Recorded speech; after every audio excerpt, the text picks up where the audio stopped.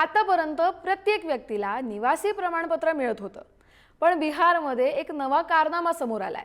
तिथल्या प्रशासनाने चक्क एका कुत्र्याला निवासी प्रमाणपत्र जारी केल्याची धक्कादायक घटना घडली आहे। हे प्रकरण आता सोशल मीडियावर बरंच व्हायरल झालं आणि त्यानंतर बिहार प्रशासनाला त्याची दखल घ्यावी लागली। नेमकं हे प्रकरण काय आहे पाहूयात याच रिपोर्टमधून। मुझे बिहार में रेजिडेंट सर्टिफिकेट मिल गया, मैं बाबूस का थैंक्स कहाँ चौकना। हर कुत्ते का एक दिन होता है ही म्हण बिहार मधल्या या कुत्र्याला तंतोतंत लागू होते। या कुत्र्याचं नाव आहे डॉग बाबू।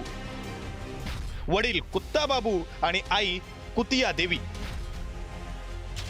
आणि या डॉग फॅमिलीचं चक्क निवासी प्रमाणपत्र बनलंय।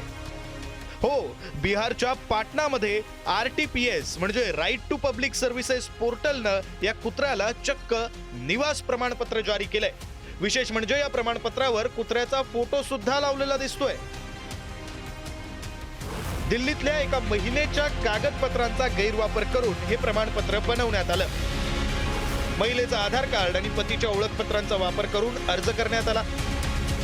अर्जदाराचं नाव सोनालिका कुमारी, वॉर्ड क्रमांक 17, ट्रॅक्टरपूर दियारा गाव, जिल्हा मुंगेर असा पत्ता।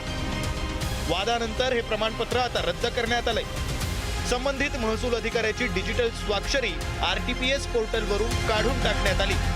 हा खोडसाळपणा नसून सरकारी यंत्रणेतील मोठी त्रुट असल्याचं प्रशासनाचं म्हणणं आहे। मामला संज्ञान में आया है, हम लोग इसकी जांच कर रहे हैं। आवेदक का जो फॉर्म जो उसने भरा था वो हमने निकलवाया है। उसमें आवेदक का कोई भी डिटेल प्राप्त नहीं हुआ है, न ही उसका कॉन्टैक्ट नंबर है, न ही उसका ईमेल ID है।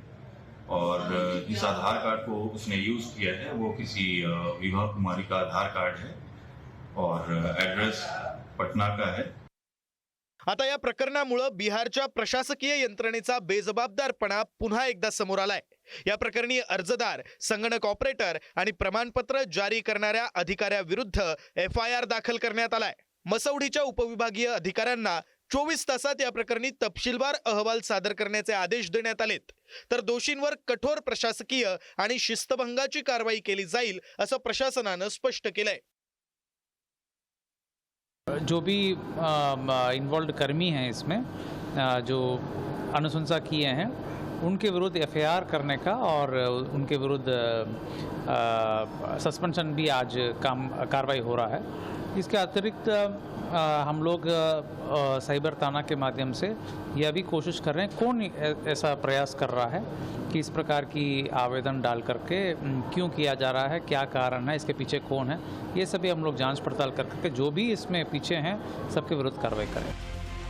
या घटनेमुळे राजकीय वातावरणही तापलंय। स्वराज इंडियाचे नेते योगेंद्र यादव यांनी सोशल मीडियावर या घटनेची खिल्ली उडवत बिहारच्या मतदार यादी सुधारणा प्रक्रियेवर प्रश्नचिन्ह उपस्थित केलंय। जिथे आधार कार्ड आणि रेशन कार्ड बनावट ठरवलं जातं तिथे एका कुत्र्यालाही निवास प्रमाणपत्र मिळतं असं म्हणत त्यांनी निवडणूक आयोग आणि बिहार सरकारवर टीका केली आहे। या घटनेमुळे बिहारच्या प्रशासकीय यंत्रणेची चांगलीच नाचक्की झाली आहे आणि त्यामुळे संबंधितांवर काय कारवाई होते याकडे आता सगळ्यांचं लक्ष लागलंय। सुशांत पाटील सह श्रद्धा शिर्के, पुढारी न्यूज।